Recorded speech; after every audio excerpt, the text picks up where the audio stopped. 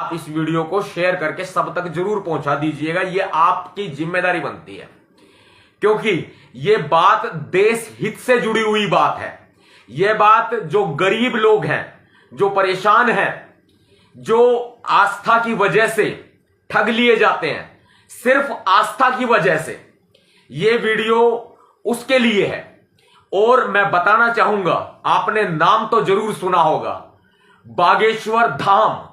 बागेश्वर धाम की स्थापना उसने कब की, कैसे की, क्या करना था, मैं इस पर नहीं जाना चाहूंगा। बेसिकली मैं बात बताना चाहता हूं, इस ट्रस्ट की या सोसाइटी की आड़ में इन्होंने सोसाइटी एक्ट में एक रजिस्ट्रेशन करवाया हुआ है समिति का, जो कि इनकी एक नाम रखा हुआ है इन्होंने जन सेवा समिति के नाम से। शुरू में भी उसका कुछ नाम है, और जन सेवा समिति के नाम से करके ये उन्होंने रजिस्ट्रेशन करवाया हुआ है। और फंडिंग लूटने का काम लोगों से किया जा रहा है। यह मैं आपके सामने बड़ा खुलासा कर रहा हूं। और देश हित से जुड़ी हुई बात इंपॉर्टेंट इसलिए है क्योंकि जो ये धीरेन्द्र कुमार गर्ग है, मैं इसको धीरेन्द्र कुमार गर्ग कहूंगा क्योंकि इसका जो रियल नेम है वो है धीरेन्द्र कुमार गर्ग उर्फ ढिल्लू। इसका गांव है गढ़ा गांव, नाम है इसका गांव है मध्य प्रदेश के छतरपुर जिले के गढ़ा गांव में इसका जन्म हुआ था। और इसको बचपन से शुरू में, अब पिछले कुछ सालों तक इसको ढिल्लू ढिल्लू कहकर के बुलाया जाता था। आप समझ रहे हैं, धीरेन्द्र कुमार गर्ग इसका असली नाम है। और जैसी मुझे सूचना प्राप्त हुई है, मैं ये नहीं कहता कि इस बात में सच्चाई होगी या फिर ये बात मैं प्रमाणित नहीं करता, लेकिन जैसे हमें सूचना मिलती है वैसी मैं आपके सामने ये प्रस्तुत कर रहा हूं। और कुछ बातें हैं जो मीडिया में नहीं आ पाई हैं, मैं वो भी आपके सामने रखूंगा जो देश हित की बात है। इसीलिए मैंने इसका नाम सबसे पहले बताया है। भाई, इन महाशय का नाम जो है वो धीरेन्द्र कुमार गर्ग है और धीरेन्द्र कृष्ण शास्त्री का इसने चोला ओढ़ रखा है उर्फ ढिल्लू। ढिल्लू इसको कहते थे इसके गांव के अंदर, अभी कुछ साल पहले तक भी कहा जाया करता था। मैं आपको बताता हूं, देखिए, एक सबसे बड़ी बात है कि ये जिस आस्था के नाम पर, जिस देवता के नाम पर, जिस धर्म के नाम पर लोगों को मूर्ख बनाने का काम कर रहा है, लोगों को भ्रमित करने का प्रयास कर रहा है, लोग आजकल अंधविश्वास में इसके पास दौड़े चले जाते हैं। और इसके बागेश्वर धाम से जो मैं सबसे बड़ी बात आपके सामने करना चाहूंगा, पिछले 6 महीने के भीतर 21 से ज्यादा लोग लापता हो चुके हैं, जिनका कोई अता पता नहीं है, जिनमें बच्चे भी शामिल हैं, जिनमें महिलाएं भी शामिल हैं। एक सबसे बड़ा सवाल है, यह संख्या तो वो संख्या है जो कि एफआईआर के ऊपर आ पाई है। और किसी के परिजन, यदि किसी के परिजन होंगे तो वो उसको तलाश करेंगे, उनको देखेंगे कि भाई कहां गए थे या कहां गई थी या कहां गया था, तो वो देखेंगे कि बागेश्वर धाम में गया था। और वो क्या करेंगे कि उनको ढूंढने के लिए वहां जाएंगे, लेकिन वहां वो मिलते नहीं है। खूब अनाउंसमेंट कराई जाती है। इनका जो एक स्वयंभू प्रशासन है, जो इनका एक प्राइवेट देखरेख करने का काम ये लोग करते हैं, जो इन्होंने अपनी व्यवस्था बनाई हुई है, वो व्यवस्था जो है पूरी तरह से हाथ खड़े कर देते हैं अपने, और अपना पल्ला झाड़ लेते हैं कि हम लोग नहीं जानते, नहीं ढूंढ सकते। ये अपने भीतर चमत्कारी शक्तियां होने का दावा करता है। जब इसकी पोल खुलती है तो ये कहता है कि इसके श्रद्धेय गुरुजी का आशीर्वाद इनके ऊपर है, वही करते हैं जो कुछ करते हैं। इंडिया के अंदर, भारत के अंदर लोगों को मूर्ख बनाना कितना आसान है, आप ये देख लीजिए कि मतलब खुद के ऊपर बात आई तो कहता है कि उनके ऊपर कोई शक्ति है। रॉन्ग नंबर डायल किया जा रहा है भाई, रॉन्ग नंबर डायल किया जा रहा है। आपको बताता हूं, अगर इस व्यक्ति के अंदर इतनी ही चमत्कारिक शक्तियां हैं तो क्यों नहीं ये पुलवामा के आरोपियों को पकड़वा देता भाई? क्यों नहीं जितने भी भारत में टेररिस्ट आतंकवादी हमले हुए हैं? अरे तू बहुत बड़ी बड़ी बात करता है भाई, बड़ी बड़ी बातें करता है कि तू हिंदू राष्ट्र बनाएगा, एक बहुत बड़ा अपने आप को राष्ट्रवादी घोषित कर रहा है। तो मुझे यह बता, जितने भी टेररिस्ट अटैक यहां हुए इंडिया के अंदर, और वो दाऊद इब्राहिम वो पाकिस्तान में बैठा है, तू क्यों नहीं उनको यहां बुला देता? तू इतना ही बड़ा चमत्कारी है। मेरा किसी की भावनाओं को ठेस पहुंचाने का कोई तात्पर्य नहीं है, लेकिन भाई आंखें खोलो, आंखें अपनी आंखें खोलिए।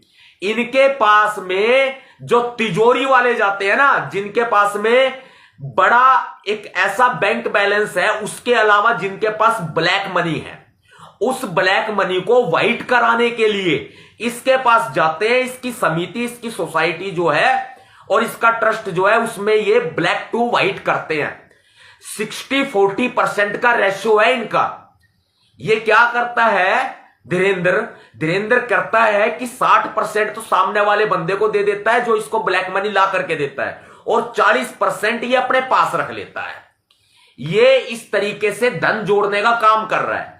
आप ये बताएं, जो प्रजा सामने बैठी होती है, मैं इस बात पर आऊंगा दोबारा से इस बात पर आऊंगा। मैं पहले ये कंप्लीट कर दूं कि जो 21 लोग लापता, 21 से ज्यादा लोग लापता हैं, उनकी क्या डिटेल है, मैं वो बात बताऊंगा जो पिछले 6 महीने में लापता हुए हैं। आप इस वीडियो को शेयर करो भाई, जो सारे साथी जुड़े इस वीडियो के साथ में, ये बहुत जरूरी है। लोगों की आंखें खोलना बेहद जरूरी है।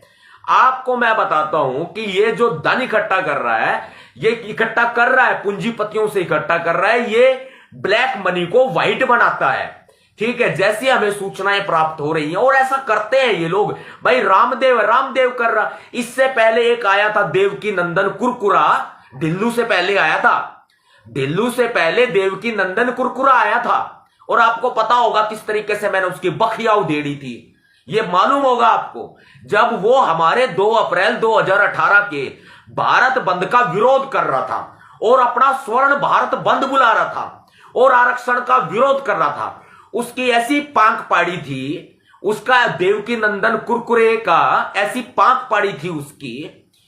आपको सारा पता है, यूट्यूब पे सर्च करके देख लीजिएगा इसके बारे में, आप क्या हमने क्या बोला था और क्या इसकी कार्रवाई बैठाई थी हमने। अब ये एक नया पिलूरा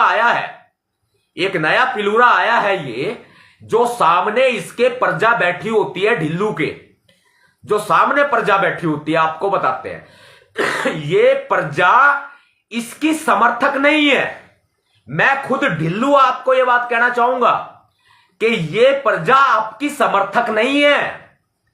ये प्रजा अंधविश्वास में आई हुई प्रजा है। ये जनता अंधविश्वास में, इनकी आंखों पर पट्टी बंधी हुई है। ये वो आई हुई जनता है जो सोशल मीडिया पे जो तुमने बवंडर मचा रखा है एक बड़ा कि ये चमत्कारी है, ये उसमें भरोसा करके तब आते हैं। और ऐसी कई महिलाएं हैं जिनको सांस लेने में वहां तकलीफ हुई, मैं नाम भी बता दूंगा भाई, मैं बता ही देता हूं, जिनको वहां सांस लेने में तकलीफ हुई, और जब तकलीफ हुई तो उनको अस्पताल में भर्ती करना पड़ा। ये इतना ही बड़ा अगर चमत्कारी है, तो ये जो वहां पर जो लोग बेहोश हो गए, जो लोग वहां पर सांस लेने में जिनको परेशानी हुई, जिनको दिल की बीमारियां थी, जिनको सांस लेने की अस्थमा की प्रॉब्लम थी, या कोई प्रॉब्लम नहीं भी थी, तो उनको प्रॉब्लम होगी, तो भाई उनका इलाज क्यों नहीं कर दिया आपने श्रीमान जी? इनका इलाज क्यों नहीं किया आपने? आप बड़ी बड़ी पर्चियां निकालते हैं, आप बताएं मुझे, इनका इलाज क्यों नहीं किया आपने? एक महिला का मैं आपको डिटेल भी दे देता हूं, ये एक महिला नहीं है, ऐसी हजारों महिलाएं हैं जो वहां पर बेहोश हुए हैं। और मैं एक महिला की डिटेल दे देता हूं भाई, जबलपुर पड़ता है, जबलपुर के एक 50 साल के विधान सिंह ठाकुर हैं। इन्होंने भाई वहां पर अपनी अर्जी लगाई थी बागेश्वर धाम में। 50 साल का बंदा है, उसके परिवार के सदस्य भी वहां मौजूद थे। भाई वहां पे भीड़ भड़ाका तो होगा ही होगा, सिंपल सी बात है। लेकिन जो विधान सिंह ठाकुर है, उनकी भी सांस वहां भीड़ में फूलने लगी, और उनकी वाइफ है वो बेहोश हो गई बुरे तरीके से। एम्बुलेंस बुलाई गई, एम्बुलेंस की मदद से उनको जो है अस्पताल पहुंचाया गया। विधान सिंह ठाकुर नाम है जबलपुर के। अगर मैं गलत कह रहा हूं तो भाई आप इसकी डिटेल निकलवा लीजिएगा, जो वहां आसपास के लोग हैं। इसी तरीके से, और इसमें एक बयान भी है, किसका भला? ये जो है डॉक्टर अमित है, मेडिकल ऑफिसर है डॉक्टर अमित तिवारी। इनका बयान भी इन्होंने प्रूव किया है कि वहां पर बेहोश होते हैं लोग, जब भी इनका प्रोग्राम होता है तब वहां बेहोश होते हैं और सैकड़ों लोग अस्पताल में भर्ती होते हैं। ये रिकॉर्ड है, ये रिकॉर्ड है, आप ये देख लीजिए।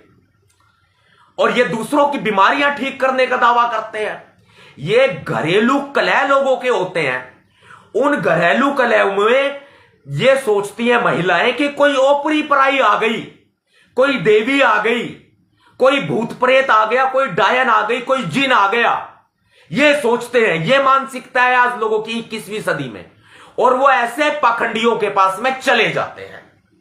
और इसमें सबसे ज्यादा मुझे बताते हुए आश्चर्य नहीं हो रहा है, आपको आश्चर्य होगा कि इसमें सबसे ज्यादा संख्या, जो 90% संख्या इसके पास जाने वालों की, वो संख्या है SC, ST, आदिवासी, OBC। यानी कि OBC सारा पाखंड में घुस गया, SC और ST भी पाखंड में घुस गया और इन लोगों की तिजोरियां भर रहा है। और इसका कद जो है, अपने आप को ये इतना बड़ा बाबा मानने लगा। ढिल्लू जो है, जो गढ़ा गांव में पैदा हुआ छतरपुर के, धीरेन्द्र कुमार गर्ग, ये अपने आप को इतना बड़ा बाबा चमत्कारी मांगने लग गया है, अपने आप को भगवान मानने लग गया। ये जो है, आप बताएं मुझे कि ये सरेआम ये अब धर्म के नाम पर द्वेष फैलाता हुआ घूमता है। इसके ऊपर राजस्थान में 2-3 से ज्यादा FIR दर्ज हो चुकी हैं, लेकिन राजस्थान की पुलिस ने कार्रवाई क्यों नहीं की भाई? हम मुख्यमंत्री अशोक गहलोत से सवाल पूछते हैं। CM अशोक गहलोत ने इस मामले में धीरेन्द्र कुमार शास्त्री के खिलाफ जो गंभीर धाराएं हैं, जिनमें गिरफ्तारी तो बनती ही बनती है, आपने इसको गिरफ्तार क्यों नहीं किया? नहीं भी किया, चलो मान के चलो, हम अनिश कुमार की अगर अथॉरिटी सुप्रीम कोर्ट की निकाल करके देखें कि भाई अगर मान के चलो इनको सम्मन पेश करना, तो सम्मन पेश करके इनको जांच में शामिल अब तक क्यों नहीं किया भाई? सबसे बड़ा सवाल है। आप कानून का पालन श्रीमान अशोक गहलोत जी कर ही नहीं रहे हैं। उधर से बीजेपी इसको पूरा शय दे रही है, RSS इसको पूरा शय दे रहा है। इससे पहले देवकी नंदन कुरकुरा आया था, उसको उठने से पहले ही हमने यूं दबा दिया, उसको हमने दबाया, खुल करके कहते हैं भाई हमने दबाया है। और ये जो बागेश्वर धाम के नाम से जो लोगों को मूर्ख बना रहा है धीरेन्द्र कुमार गर्ग, मैं वादा करता हूं आपसे, इसको भी यूं दबा दूंगा, यूं। ज्यादा उछलने की कोशिश ना करे। ये आरक्षण का विरोध कर रहा है और अपने उसके ऊपर जो इसका मेन गेट इसका प्रोग्राम का बनाया जाता है, अब की बार इसने बाबा साहब अंबेडकर जी की अरे फोटो लगाई वहां पर। और ये फोटो आपको पता है इसने क्यों लगाई? ये फोटो इसने इसलिए लगाई क्योंकि इसके कार्यक्रम में सबसे ज्यादा SC और ST जाते हैं, OBC जाते हैं। तो उनको ये दिखाने के लिए कि ये भी एक बहुत बड़ा दलित हितैषी है। और अपने बहुजन समाज के लोग तो भाई दिल के इतने नरम हैं कि किसी भी ऐरे गहरे नत्थु खैरे पर उठा करके भरोसा कर लेते हैं, चाहे वो किसी भी जात का हो, चाहे वो किसी भी धर्म का हो, उसके ऊपर विश्वास कर लेते हैं। और यही हालात यहां हो रहे हैं। 21 से ज्यादा लोग जो है इसके यहां से गायब हो चुके हैं और जो FIR भी दर्ज है उनके लिए। अब सवाल हम पूछते हैं भाई आपसे कि ये लोग कहां हैं? इसकी जिम्मेदारी धीरेन्द्र कुमार गर्ग की बनती है, उर्फ धीरेन्द्र कृष्ण शास्त्री उर्फ ढिल्लू की ये जिम्मेदारी बनती है पूरी कि भाई ये लोग लापता हुए, इन लोगों की खोजबीन में आपने क्या प्रयास किए? या फिर एक मूवी आई थी ना अभी, आश्रम देखी होगी आपने, एक वेब सीरीज थी आश्रम। या फिर आपने वो अड्डा बना लिया है जहां पर सारी की सारी मादक पदार्थों की तस्करी की जाती है, लोगों को ऐसे बनाया जाता है जैसे कि फिल्म में दिखाया गया है। मैं क्वेश्चन मार्क लगा रहा हूं, मुझे नहीं पता है, मैं क्वेश्चन मार्क लगा रहा हूं। क्या महिलाओं का इस्तेमाल किया जा रहा है? आप इनके बोलने का तरीका देख लो, ये मुझे सिखा देंगे कि भाई मैंने तू तड़ाक करके बात की है। भाई जैसा व्यक्ति होगा वैसे उससे बात करी जाएगी। और भाई श्रीमान जी, मेरी बात का बुरा मत मानना, देख मैं हरियाणा का हूं और हमारी भाषा ऐसी है, ठीक समझ गए? इसलिए ना इज्जत पे बात कर रहा हूं, इज्जत ते प्यार ते बात करी है, और प्यार ते कह रहा हूं भाई, यो लोगा ने मूर्ख बनाने का काम धंधा बंद कर दे। इससे बढ़िया कुछ कमा, ज्यादा बढ़िया रहेगा। मैं बीच में बताना चाहूंगा, 9 लोगों को पुलिस ने खोजने की रिपोर्ट हमारे पास आई है कि 9 लोगों को पुलिस ने खोजा है, ढूंढा है, और बाकी 12 लोगों का कोई अता पता नहीं चल रहा है। ये अभी की खबर नहीं, अभी की ये सूचना नहीं है, जानकारी नहीं है, ये कुछ महीने पहले की जानकारी है। इसके अलावा अनेकों लोग लापता हुए। मैं आपको बताता हूं, जिसके परिजन होते हैं वो जाएंगे ढूंढने, एफआईआर भी दर्ज कराएंगे, और जो व्यक्ति, जो महिला या फिर कोई व्यक्ति अगर घर में अकेला होता है, उसके आगे पीछे कोई नहीं होता, अगर वो महिला या युवती या लड़की अगर यहां बागेश्वर धाम से गायब हो जाए, तो आप बताओ इसको कौन ढूंढेगा? उसका तो कोई अता पता चलेगा ही नहीं, उसके तो परिजन है ही नहीं, उसका अता पता चलेगा नहीं, उसकी एफआईआर दर्ज होगी नहीं। यहां ये लोग फायदा उठा रहे हैं। धर्म के नाम पर मसाला फेंका जा रहा है, मसाला दबा के मसाला फेंका जा रहा है। और जो महिलाएं, भाई मेरी मां है, मेरी बहन है, मेरी बेटियां हैं, मेरे बच्चे बराबर हैं, जो यहां जाते हैं, मेरी बहन बराबर है, मेरी मां बराबर है, मेरे बुजुर्ग बराबर हैं। मैं हाथ जोड़ करके निवेदन करता हूं, जो ये प्रजा सामने बैठ करके अपने दुखों का निवारण मांगती है, अंधविश्वास में अंधे होकर, कहते हैं जी कारोबार में मुनाफा नहीं हो रहा, कहते हैं जी दुकानदारी नहीं चल रही, ये कहते हैं कि भाई नौकरी नहीं लग रही, ये कहते हैं घर में कलेश रहता है, अमूमन जो है यही बातें आती हैं। और ये बातें आती है, पैसा हाथ में रुकता नहीं। दुनिया में कोई ऐसा आदमी नहीं जिसके हाथ में पैसा रुके, और खासकर मिडिल क्लास फैमिली और गरीब आदमी। और गरीब आदमी होगा भाई, टोटे का मतलब होता है झगड़ा। अगर घर में आटा खत्म हो गया, नमक मिर्च नून मिर्च खत्म हो गया, तो घर में तो भाई बर्तन होंगे तो खुड़केंगे, घराड़ी तो बोलेगी अब तू कमावे ना धमावे। और ऐसे बहुत सारे लोग हैं जिनके मर्द जो है, आदमी जो है, बुरा मत मानना मेरी बात को, नोट कर लेना, कड़वी है बात, जिनके मर्द जो है सारा सारा दिन और रात दारू पीते हैं, सुबह उनकी आंख खुलती है, ठेके पे पहुंच जाते हैं, शराब का सेवन करते हैं, देसी मदिरा पीते हैं, वो महिलाएं दुखी होती हैं। वो फिर इन बाबाओं के पास नहीं जाएगी तो भाई रे कहां जाएगी? इसमें मर्दों की भी सबसे बड़ी कमी है। सारे मर्द एक जैसे नहीं है, लेकिन बहुत से मर्दों की असंख्य यही जनसंख्या है, असंख्य जनसंख्या है, जिनकी गिनती नहीं हो सकती है। मेरा आपसे निवेदन है कि अपने घर की महिलाओं को रोकें, इनके पास जाने से। ये अपनी फरियाद लेके जाती हैं और ये आदमी कहता है ये तो इसके समर्थक है, समर्थक। जिस दिन, सुनो भाई, सुन लो मेरी बात को कान खोल करके, और धीरेन्द्र कुमार गर्ग भी सुन ले।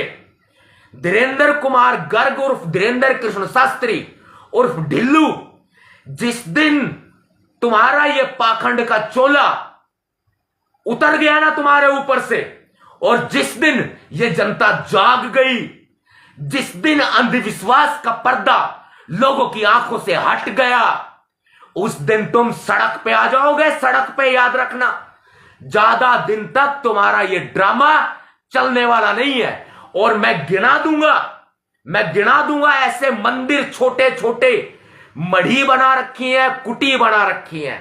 हमारे गुड़गांव में भी है ऐसे, हमारे गुड़गांव में भी है, बताऊंगा, मैं एड्रेस भी बताऊंगा। वहां पे महिलाओं को 4-5 को पकड़ लेते हैं, उनके घर परिवार की होती है, और उनके पता है क्या, वो उनका सर घुमवाते हैं आप ऐसे नीचे ऊपर करके, वो बाल खोल लेती हैं अपने कि उनमें भूत आ गया या उनमें कोई देवता आ गया, ऐसे करते हैं ये। और फिर लोग धीरे धीरे इनके पास आते हैं। अरे किसी की घरवाली किसी तरह नाराज होगी तो वो पति जाएगा, अपने अंदर भूत होने का नाटक दिखाएगा, उसकी घरवाली भाई मान जाएगी। किसी का पति नाराज होगा, घरवाली जाएगी और अपने अंदर भूत होने का नाटक दिखाएगी, और भाई पति मान जाएगा। और ये देखेंगे फिर कैसे गृहस्थी चलनी है। लेकिन भाई ये झगड़े खत्म नहीं होंगे, ये दुनियादारी के झगड़े हैं, मैं आपको बता देता हूं, बड़ी सीख दे देता हूं, दुनिया का कोई भी बाबा, कोई भी जो धर्मात्मा अपने आप ने कहता हो, मैं गारंटी देता हूं वो आदमी आपको यह बात नहीं बताएगा जो मैं बताने वाला हूं। मेरी बात को सुन लो ध्यान से। अगर जीवन है तो सुख भी है और दुख भी है। जिंदगी है तो सुख भी है और दुख भी है। और दुख को देख करके तुम काहे घबराते हो? एक दिन तुम अपनी जो सब्जी बनाते हो ना, उस सब्जी में नमक और मिर्च मत डालो, सब्जी उबाल करके खाओ, आपको पता लग जाएगा दुख क्या होते हैं। जैसे जैसे सब्जी के अंदर नमक और मिर्च की महत्वता है, ऐसे ही जीवन में दुखों की भी महत्वता है। दुनिया का कोई बबेरा, कोई बाबा, कोई पाखंडी इस बात को नहीं बताएगा, याद रखना। और इस बागेश्वर धाम के नाम से जो अपना धंधा चला रहा है, इसकी पोल पढ़ो, इसकी पोल खोलो, बहुत जरूरी है। यह बहुत बड़ा, ये कहता है हिंदू राष्ट्र बनाऊंगा, हिंदू राष्ट्र बनाऊंगा। मैं किसी धर्म को ठेस नहीं पहुंचाना चाहता। मैं ये प्रमाणित करता हूं कि मेरा मकसद किसी धर्म को ठेस पहुंचाना नहीं है, किसी जाति को ठेस पहुंचाना नहीं है, किसी व्यक्ति विशेष को ठेस पहुंचाना नहीं है, किसी की भी भावनाओं को ठेस पहुंचाने का मेरा कोई मकसद नहीं है। लेकिन मैं बड़ी बात कहता हूं, भारत के संविधान में बाबा साहब अंबेडकर जी ने मौलिक अधिकारों में धर्मनिरपेक्षता का अधिकार दिया है। कोई भी व्यक्ति किसी भी धर्म को मान सकता है, यह हमारा भारत है। या हिंदू, मुस्लिम, सिख, ईसाई आपस में सब भाई भाई।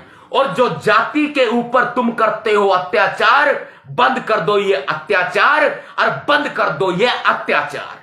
ये मेरा कहना है तुमसे। हर एक व्यक्ति को अपना धर्म मानने का अधिकार है। भारत कभी भी हिंदू राष्ट्र नहीं बनेगा और हम नहीं बनने देंगे। किसी भी धर्म को ठेस पहुंचाने का मकसद नहीं है। हिंदू धर्म में पैदा हुआ हूं भाई, ठोक करके कहता हूं, लेकिन पाखंडी नहीं हूं। मैं सभी धर्मों का सम्मान करता हूं, सभी धर्मों की इज्जत करता हूं। हिंदू धर्म की, सिख धर्म की, मुस्लिम धर्म की, बौद्ध धर्म की, जैन धर्म की, मैं, और इसके अलावा पारसी धर्म है, जितने भी धर्म है, मैं सारे धर्मों की बराबर इज्जत करता हूं, सारी जातियों की बराबर इज्जत करता हूं, बराबर सम्मान करता हूं। मेरा धर्म मानवता का धर्म है, मेरा धर्म इंसानियत का धर्म है। मैं एक ही धर्म को मानता हूं जो कि इंसानियत का धर्म है, जो हमें इंसानियत सिखाता है, जो हमें मानवता सिखाता है।